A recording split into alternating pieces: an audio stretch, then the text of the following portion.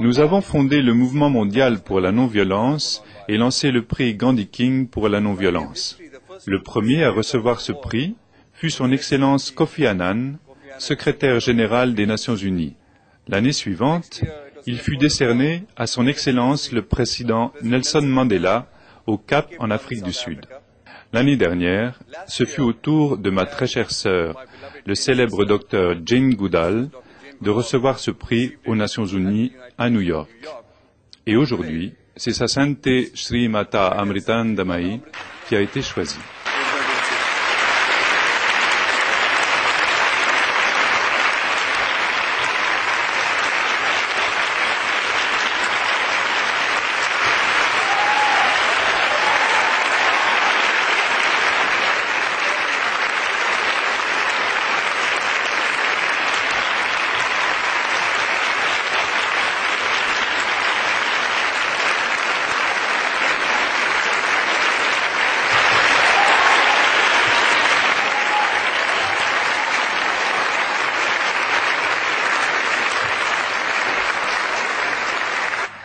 Je demande maintenant au Dr Jane Goodall, lauréate en 2001, de remettre le prix à sa sainteté Amma.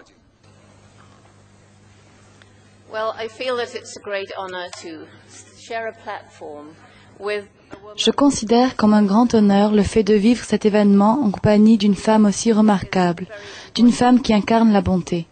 Elle a eu une vie remarquable. Dès le départ, elle a défié la tradition. Née dans une famille pauvre, elle avait la peau plus foncée que ses frères et sœurs, et elle n'était pas bien traitée par sa famille. On l'a traitée comme une servante. Mais elle sentait la présence de Dieu à l'intérieur d'elle-même, et ce sentiment était si puissant qu'elle a éprouvé le désir d'aller vers les gens et de partager son bonheur avec ceux qui n'avaient pas la même chance.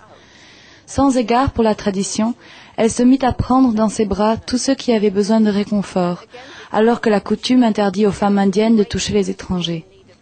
Mère a réconforté avec sa merveilleuse étreinte, dont j'ai fait l'expérience hier, 21 millions de personnes. Embrasser 21 millions de personnes, imaginez. More than 21 million people, think of it, 21 million people.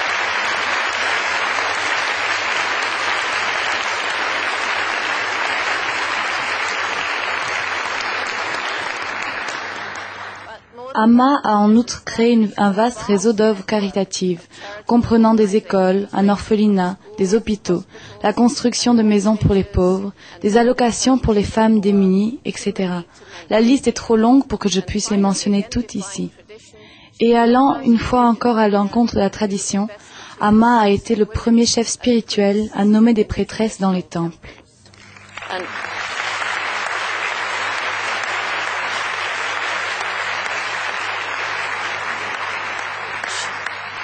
Elle croit que Dieu ne distingue pas entre les sexes.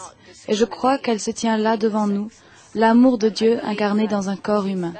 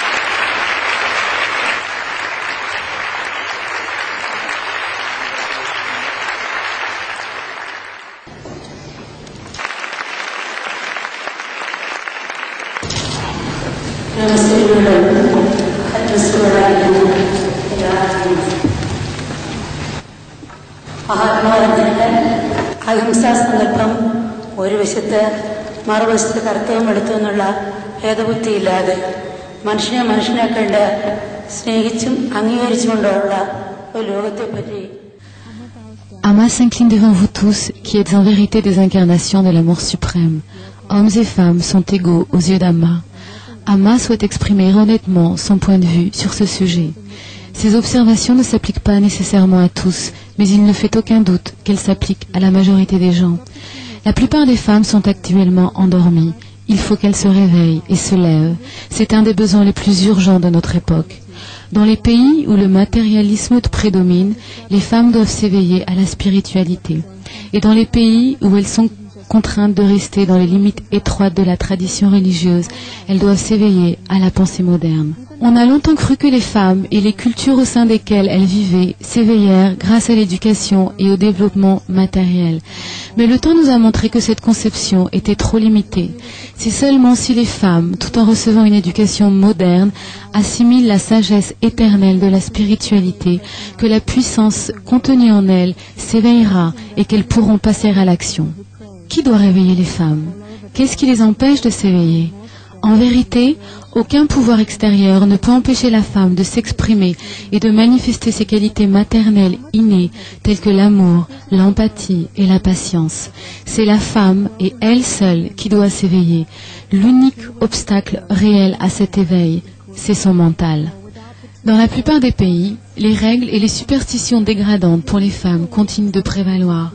Aujourd'hui encore, des coutumes primitives inventées par les hommes pour exploiter les femmes et les soumettre restent en vigueur.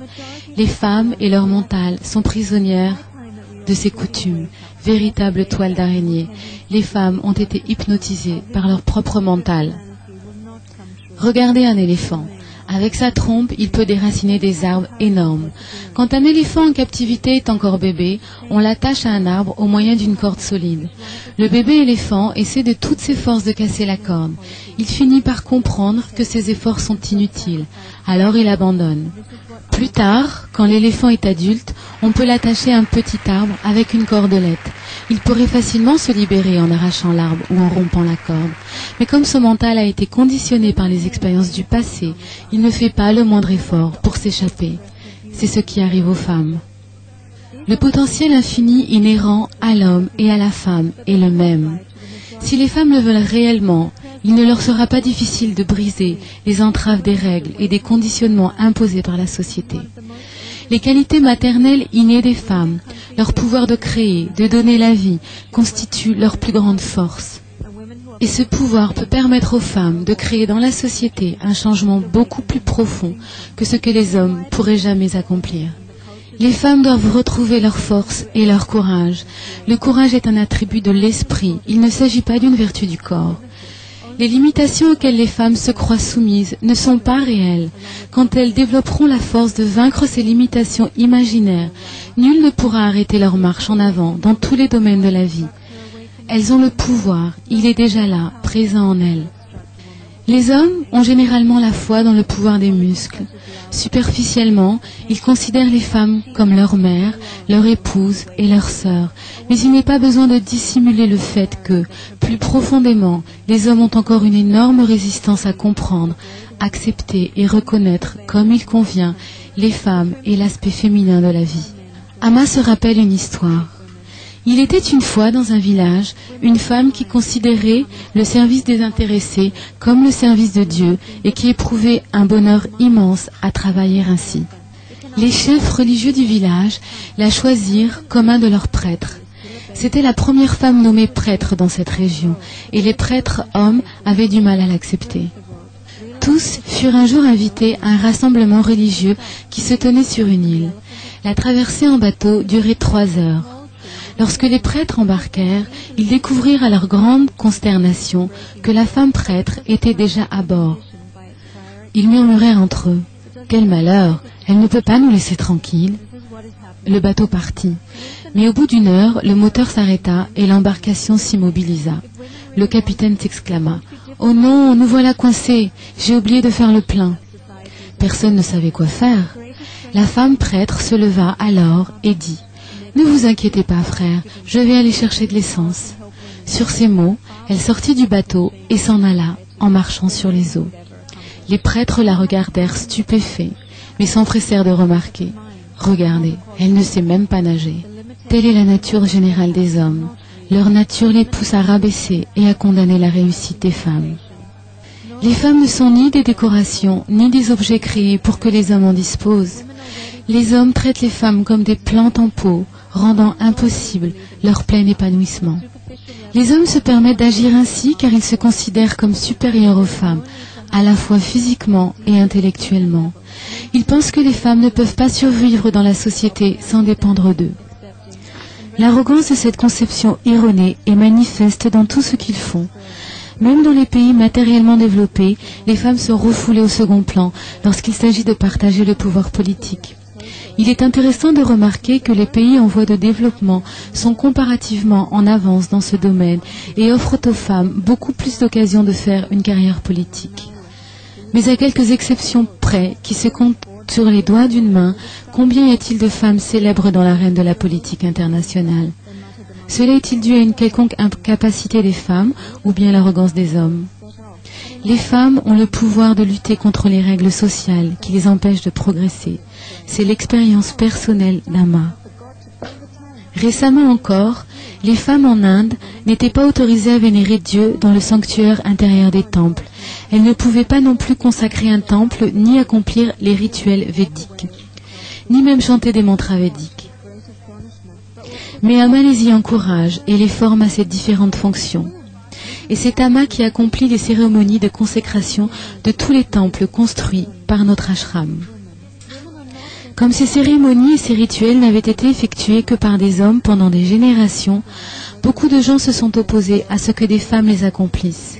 À ceux qui trouvaient nos actions discutables, Ama expliqua que nous vénérons un Dieu qui est au-delà de toutes les différences, qui ne fait pas de distinction entre le masculin et le féminin.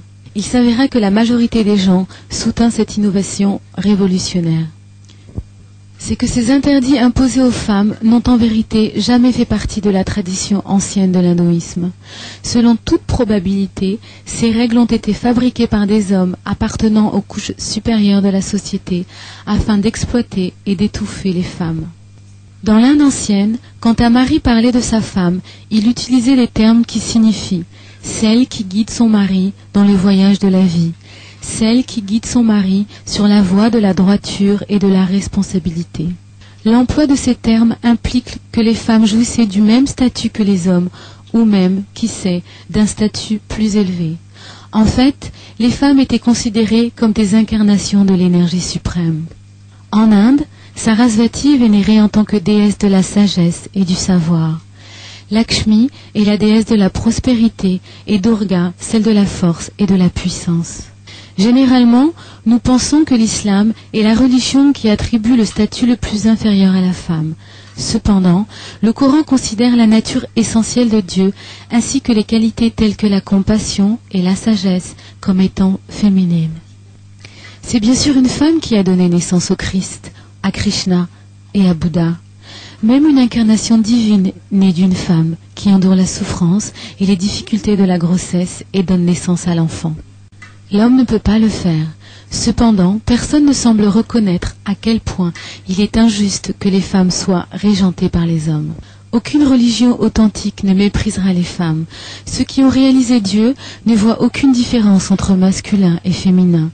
S'il existe quelque part dans le monde des règles qui empêchent les femmes de jouir de la liberté qui leur revient de droit, qui les empêchent d'avancer et de progresser, ces règles ne sont pas les commandements de Dieu, ce sont des produits de l'égoïsme des hommes.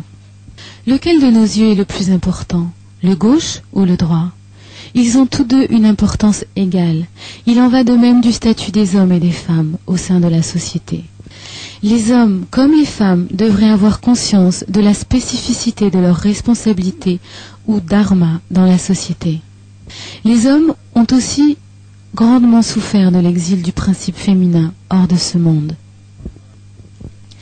Non seulement les femmes ont été opprimées, mais l'aspect féminin contenu en tout homme a été réprimé et en conséquence, la vie des hommes est devenue morcelée, souvent douloureuse.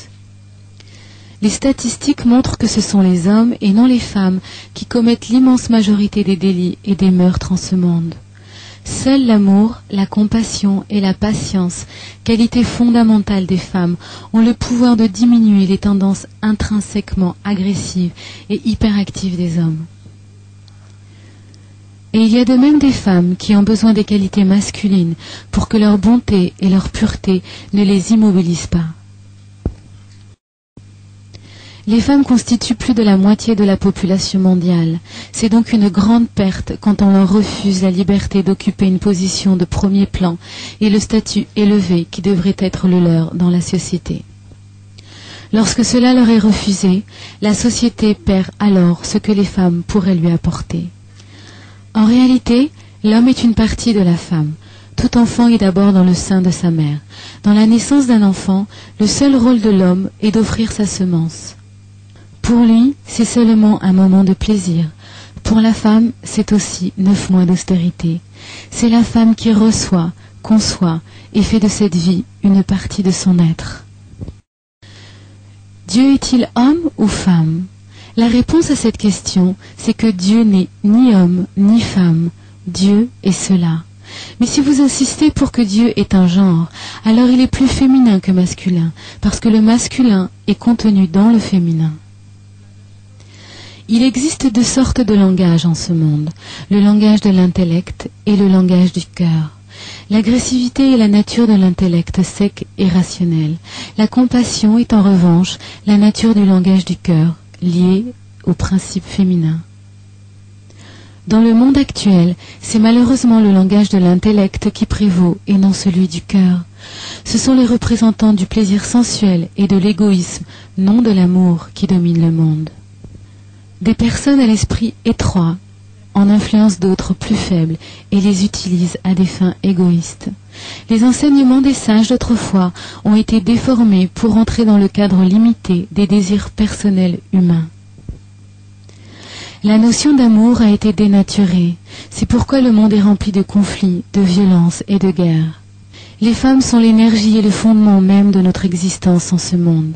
Quand elles perdent le contact avec la réalité de leur être, l'harmonie de la nature, l'équilibre du monde sont anéantis pour laisser place à la destruction. Il est donc crucial que les femmes du monde entier fassent tous les efforts possibles pour redécouvrir leur nature fondamentale, car c'est seulement ainsi que nous pouvons sauver le monde. Si nous voulons apprendre l'alphabet romain, il faut commencer par A, B, C et pas par X, Y, Z. Et quel est l'ABC d'une femme? Quelle est la fibre intime de l'être d'une femme? Qu'est-ce qui constitue son existence? Ce sont ses qualités innées, les principes essentiels de l'amour maternel. Quel que soit le domaine dans lequel une femme choisit de travailler, elle ne devrait pas oublier les vertus que Dieu, que la nature lui ont gracieusement accordées. Une femme devrait accomplir chacun de ses actes en demeurant toujours fermement ancrée dans ses qualités. De même qu'ABC constitue le fondement de l'alphabet, la qualité de mère est la nature fondamentale d'une femme. Elle ne doit pas omettre cette part cruciale d'elle-même avant de s'engager dans une quelconque activité. L'énergie masculine peut être comparée à de l'eau stagnante. Il est difficile à un homme de quitter un rôle pour se concentrer pleinement sur un autre. C'est pour cette raison que la vie professionnelle et la vie familiale de bien des hommes finissent par s'entremêler. La plupart des hommes ne peuvent pas séparer les deux, et leur relation avec leurs femmes et avec leurs enfants en pâtit. La plupart des femmes, en revanche, savent le faire. L'énergie féminine est fluide comme une rivière. C'est pourquoi il est facile à une femme d'être à la fois mère, épouse et une amie fidèle qui insuffle de la confiance à son mari. Elle possède un don spécial qui lui permet d'être le guide et le conseiller de toute la famille. Les femmes qui travaillent sont pleinement capables de réussir également leur vie professionnelle. La femme est la créatrice du genre humain. Elle est le premier gourou, le premier guide et mentor de l'humanité. Elle tient les rênes de l'intégrité et de l'unité de la famille et de la société. Il ne faut pas sous-estimer la responsabilité d'une mère quand il s'agit de l'influence qu'elle exerce sur ses enfants et de l'inspiration qu'elle leur apporte. Partout où vous voyez des êtres dotés d'une force immense, heureux, généreux, bienveillants et compréhensifs, vous trouverez généralement une mère admirable qui les a inspirés, faisant d'eux ce qu'ils sont. Ce sont les mères qui sont le plus aptes à semer dans le mental des êtres humains les graines d'amour, de fraternité universelle et de patience. Même le lait maternel transmet à l'enfant les qualités intérieures de la mère. La mère comprend le cœur de son enfant, elle le nourrit de son amour et lui donne une approche positive de la vie. Il suffit de marcher quelquefois sur un pré d'herbe tendre et verte pour y tracer un chemin. les bonnes pensées et les valeurs positives que nous inculquons à nos enfants resteront éternellement en eux. Un jeune homme est un jour venu voir Amma pendant qu'elle donnait le darshan en Inde. Il vivait dans une région du pays ravagée par le terrorisme. Il dit à Amma qu'il était le chef d'un groupe de jeunes qui accomplissaient beaucoup de travail social dans cette région. Il pria Amma ainsi: « Je t'en prie, éclaire les terroristes si pleins de haine et de violence en leur donnant une compréhension juste. Quant à ceux qui ont subi tant d'atrocités et qui ont tant souffert, je t'en prie, remplis leur cœur et leur esprit de pardon, sinon la situation ira de mal en pis et il n'y aura pas de fin à la violence. » Amma fut ravie d'entendre cette prière en faveur de la paix et du pardon. Quand elle lui demanda pourquoi il avait choisi de se tourner vers le service social, il répondit: « C'est ma mère qui m'a donné l'inspiration nécessaire. » Mon enfance fut terrifiante. À l'âge de 6 ans, j'ai vu de mes propres yeux mon père, un homme qui aimait la paix, être assassiné brutalement par des terroristes. Ma vie en a été brisée. J'étais remplie de haine et je ne pensais qu'à me venger. Ma mère m'aida à changer d'attitude. Chaque fois que je lui disais que j'allais un jour venger la mort de mon père, elle répondait: « Mon fils, est-ce que cela redonnera la vie à ton père si tu tues ces gens? Vois comme ta grand-mère est toujours triste. Vois comme il m'est difficile de joindre les deux bouts sans ton père. Et vois comme tu es triste, comme tu souffres de ne pas avoir ton père. Veux-tu que d'autres mères et d'autres enfants souffrent comme nous? Leur douleur serait aussi forte que la nôtre. Essaie de pardonner aux assassins de ton père leurs terribles actions et de répandre plutôt le message de l'amour et de la parenté universelle. » Une fois adulte, plusieurs groupes de terroristes essayèrent de me convaincre de me joindre à eux pour venger la mort de mon père. Mais les graines de pardon semées par ma mère avaient porté leurs fruits et je refusai toutes ces offres. Je réussis également à parler à quelques-uns des jeunes et à les conseiller comme ma mère l'avait fait pour moi. Cela transforma le cœur de beaucoup de gens qui ont maintenant changé de conduite et m'aident dans mon action d'aide sociale. L'amour et la compassion que ce garçon a choisi de répandre dans le monde, au lieu de répandre la haine, viennent de la fontaine d'amour qui existait chez sa mère. C'est ainsi, à travers l'influence qu'elle a sur son enfant, qu'une mère influence l'avenir du monde. La mère qui berce son bébé est aussi celle qui apporte au monde la lumière. Une femme qui a éveillé en elle l'amour maternel apporte le paradis sur terre, où qu'elle soit. Seule la femme peut créer un monde de paix et de joie. Une femme doit penser à ce qu'elle peut donner à la société, plutôt qu'à ce qu'elle peut prendre. Cette attitude l'aidera certainement à progresser. Une femme n'a pas besoin de recevoir, ni de prendre quoi que ce soit, de qui que ce soit. Elle doit simplement s'éveiller. Donc, plutôt que de rouiller en passant leur vie entière entre les 4 coins de leur cuisine, il serait bon que les femmes sortent pour partager avec les autres ce qu'elles ont à donner et atteindre les buts qu'elles ont dans la vie. Aujourd'hui, alors que la concurrence et la colère sont partout la norme, ce sont la patience et la tolérance des femmes qui créent l'harmonie dans le monde. De même qu'un circuit électrique complet requiert la présence du pôle positif et du pôle négatif pour que la vie coule dans toute sa plénitude, la présence et la contribution des femmes sont tout aussi nécessaires que celles des hommes. Cependant, que vous soyez un homme ou une femme, votre véritable humanité ne se révélera que quand les vertus féminines et masculines en vous seront en équilibre. De manière générale, les femmes vivent actuellement dans un monde façonné pour et par les hommes. Elles n'ont aucun besoin de ce monde-là. Elles doivent retrouver leur propre identité et reconstruire ainsi la société. Mais il leur faut se rappeler ce que signifie réellement la liberté. Il ne s'agit pas de s'accorder toute licence et de se comporter n'importe comment sans se soucier des conséquences pour autrui. La liberté n'implique pas que les femmes et les mères doivent fuir leurs responsabilités familiales.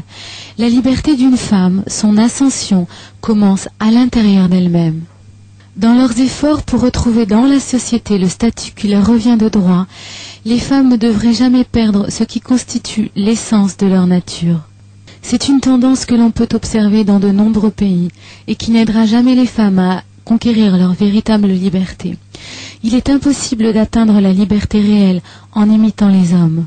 Si les femmes elles-mêmes se détournent du principe féminin, il en résultera l'échec absolu des femmes et de la société. Les problèmes du monde ne seront pas résolus, ils en seront aggravés. Si les femmes rejettent leurs qualités féminines et s'efforcent de devenir pareilles aux hommes, en cultivant uniquement les qualités masculines, le déséquilibre du monde ne fera que s'accentuer. Ce n'est pas ce qu'il faut à notre époque. Le besoin réel du monde actuel, c'est que les femmes apportent tout ce qu'elles peuvent à la société en développant aussi bien leur qualité de mère universelle que leur qualité masculine. Plus une femme s'identifie à sa nature intérieure de mère, plus elle s'éveille à cette Shakti ou pure énergie. Lorsque les femmes développeront cette puissance en elles, le monde commencera à écouter leur voix avec une attention toujours plus soutenue. L'amour maternel n'est pas le privilège des femmes qui enfantent. C'est une qualité inhérente à l'homme aussi bien qu'à la femme. C'est un état d'esprit. La qualité primordiale d'une mère est l'amour. Cet amour est la respiration même de la vie. Personne ne dira « Je ne respirerai qu'en compagnie de ma famille et de mes enfants. Je ne respirerai pas en présence de mes ennemis. » De même, chez ceux en qui le sentiment maternel s'est éveillé, l'amour et la compassion envers tous les êtres sont aussi naturels que le fait de respirer. Amma aimerait remercier toutes les personnes impliquées dans l'organisation de ce sommet. Amma rend profondément hommage à vos efforts en vue d'apporter la paix dans le monde. Puissent les graines de paix que nous semons aujourd'hui porter leurs fruits pour le bénéfice de tous.